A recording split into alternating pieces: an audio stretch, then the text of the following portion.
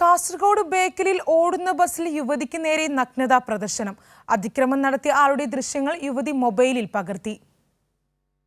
തിങ്കളാഴ്ച ഉച്ചയ്ക്ക് ശേഷം കാഞ്ഞങ്ങാടിനും ബേക്കലിനുമിടയിലാണ് സ്വകാര്യ ബസ്സിൽ യുവതിക്ക് നേരെ യുവാവ് നഗ്നതാ പ്രദർശനം നടത്തിയത്.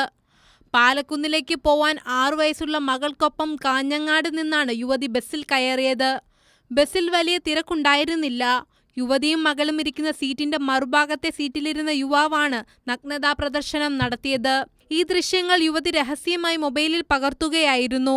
ബസിന്റെ പിൻഭാഗത്തുണ്ടായിരുന്ന കണ്ടക്ടറോട് വിവരം പറയാൻ ശ്രമിക്കുമ്പോഴേക്കും തൊട്ടുമുമ്പുള്ള ബേക്കൽ സ്റ്റോപ്പിൽ ഇറങ്ങി യുവാവ് രക്ഷപ്പെടുകയായിരുന്നു. ബസ്സിൽ കയറിയിട്ടാകുമ്പം ഞങ്ങൾ നേരെ നഗ്നതാ പ്രദർശനം നടത്തി. മോള് മടിയിലിരിക്കുകയായിരുന്നു. ഇയാൾ ഇത് കണ്ടിട്ട് നമ്മളെ കാണുന്നുണ്ടെന്ന് അറിഞ്ഞിട്ടും നിർത്തുന്നില്ല. എന്നിട്ട് എനിക്ക് കണ്ടക്ടറെ വിളിക്കാൻ പറ്റിയില്ല. കണ്ടക്ടർ ഏറ്റവും പുറകിലായിരുന്നു.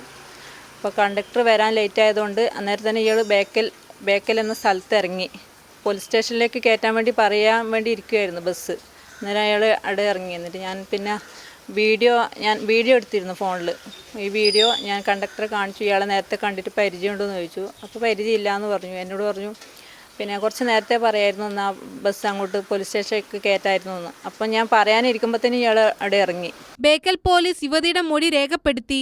ദൃശ്യങ്ങൾ പരിശോധിച്ച പോലീസ് അന്വേഷണം നടത്തി വരികയാണ്. കൈരളി ന്യൂസ്, കാസർഗോഡ്.